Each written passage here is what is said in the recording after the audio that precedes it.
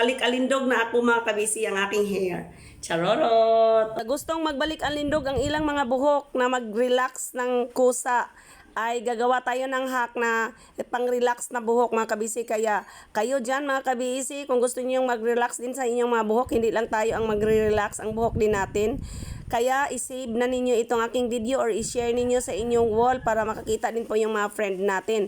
At pwede din po silang gagawa ng ating mga ginawang mga hack. Kaya yan mga kabisi, i-share na ninyo ito. Handa na ng ballpen at papel, charorot, para naman ay marunong at matuto kahit tayong mag-relax ng ating mga buhok. Charorot. At tingnan niyo ang lola, balik alindog ang gandahan. Charorot. Halina kayo mga kabisi, upo na kayo at handa ng mga papel at isulat na ninyo yan. Paano ang sunod-sunod na gagawin, charorot. Tingnan niyo yung buhok ko mga kabisi, oh. Kumapal naman siya pero napaka-frizzy. O, tingnan yan, oh, napaka-frizzy kasi wala na akong alaga sa aking buhok dahil ang inyong lola ay nabibisi na talaga. Lalo pa ngayon ay magpo-Flores de Mayo na. Marami kami preparation.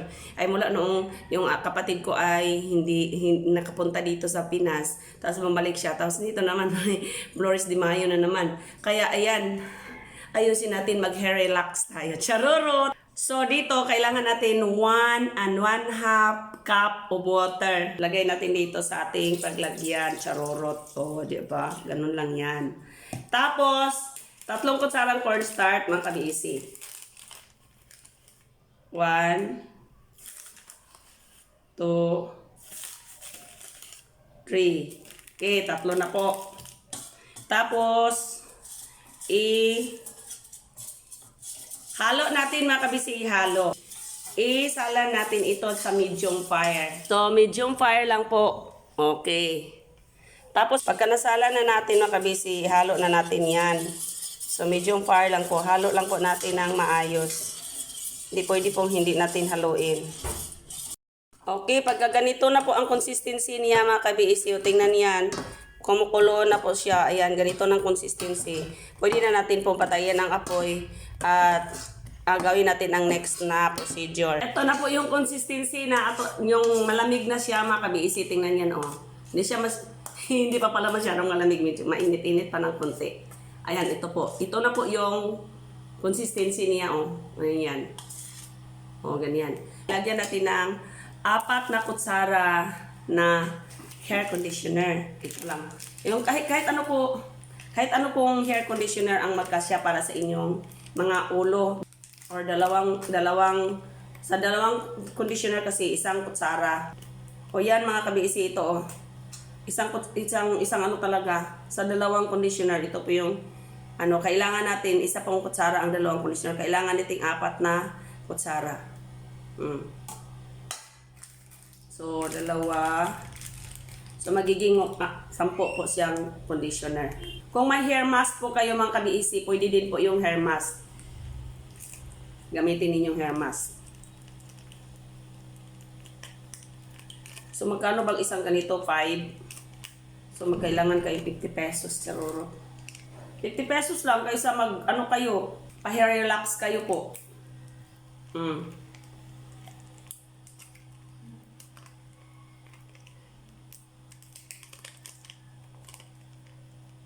Yan. Lagyan natin ng 4 din na kutsarang sugar. So dito, nagpabili ako talaga ng ganitong sugar. Ang aming sugar ay muscovado. Ayoko yung muscovado. Okay, ganyan. Ay, talaga na ako. May laman. 2, 3, 4. O, 4 na sugar mga kabisi. Ganyan lang. So, ihalo natin. Ihalo natin ito sa cornstarch para pwede na natin gamitin. Kung mayroon kayong hair mask, mga kabisi, pwede nyo dagdagan ng 2 kutsarang hair mask. Ay, mayroon akong hair mask dito. Ito, keratin. Kung mayroon kayong mga ganyan, mga kabisi, dyan sa inyong mga bahay, o sa inyong mga kanyo, yung mga shower room, pwede din kayong maglagay. Okay, mayroon pa ba kaya? Mga 2 kutsara lang.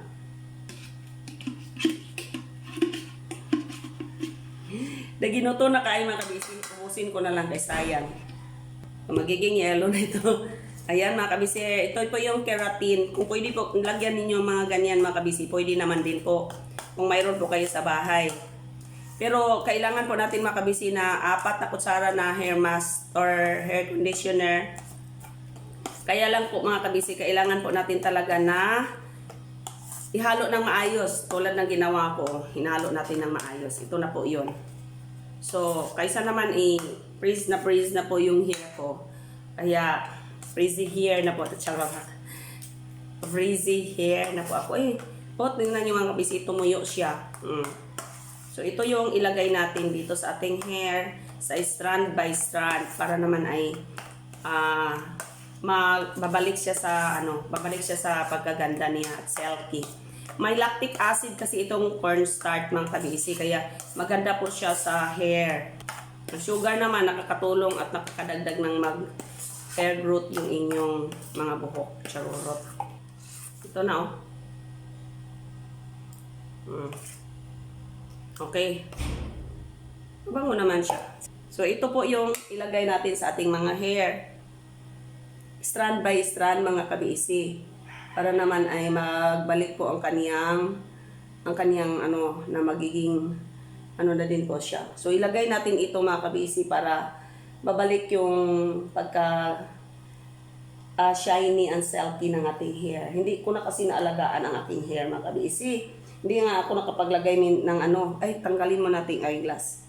Hindi na nga ako paglagay ng hair grower kasi nagmamadali ako palagi mga kabisi, late na akong magising. Hindi ako makapatulog ng maaga mga kabisi dahil magko-content pa ako. Tingnan niyo yung buhok ko mga kabisi, grabe talaga ang strand. Grabe talaga, talaga niya. Napaka crazy. Kaya ayan, lagyan natin talaga para pabalik po siya sa normal. Palagi ko lang itong tinatali. Tali pala. Palagi ko lang itong tinatali mga kabisi. Medyo mainit-init pa po ang nilagay ko. Kaya nakakatulong din po yung init niya. Ganyan. Sa kadami po ng inyong hair, maganda po na mas madami, mas masaya. Ganyan. Yan lang. Itong natira mga kabisi, ito ilagay natin sa dito para ma-preserve pa natin. Lagay natin sa ref para pwede pa natin gamitin sa bukas. Natin consistent natin paglagay bukas at saka 3 araw maglagay tayo mga kabisi. So ito, babad muna natin ng mga 30 minutes saka po tayo magbanlaw. So, ganito lang mga kabisi, itago ko muna ito. Magamit ko pa ito ng 2 gamitan. Ito na mga kabisi. Tingnan nyo yan. Tuyo-tuyo na ng konti.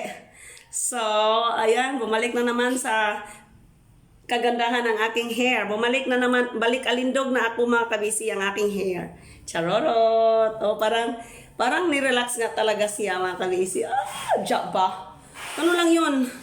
Diskarte lang ang kailangan sa buhay mga kabisi. Kahit kailangan pa bang gagastos ng malaki? Ayan lang. Kaya sundin na lang ninyo yon mga kabisi. Kung gusto ninyong hindi gagastos ng malaki, gusto niyo makatipid po sa inyong mga hair treatment dyan. Charorot! Tingnan nyo yan. Mayroon naman talang mabili na keratin na conditioner sa mga mall or sa mga grocery. Ayan, 10 lang mga kabisi. Ipalagay natin na 6 pesos yung isa doon. 50 pesos or 60 pesos lang gastos mo mga kabisi. At saka, tingnan niya mga kabisi. Diba? Shy na, bumalik alindog ang inyong lola. Balik alindog na ang inyong lola. Kaya treatment ko na ito for 3 days, yung natira po. Tsaka